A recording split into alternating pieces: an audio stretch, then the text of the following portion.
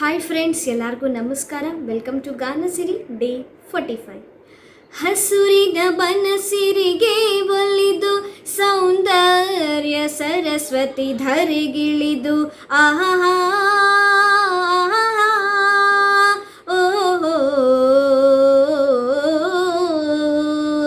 ಹರಿಯುವ ನದಿಯಲ್ಲಿ ಜಾಡಿ ಹೂಬನದಲ್ಲಿ ನಲಿಯುತ್ತ ಓಲಾಡಿ ಚೆಲುವಿನ ಬಲೆಯ ಬೀಸಿದಳು, ಈ ಗಂಧದ ಗುಡಿಯಲ್ಲಿ ನೆಲೆಸಿದಳು.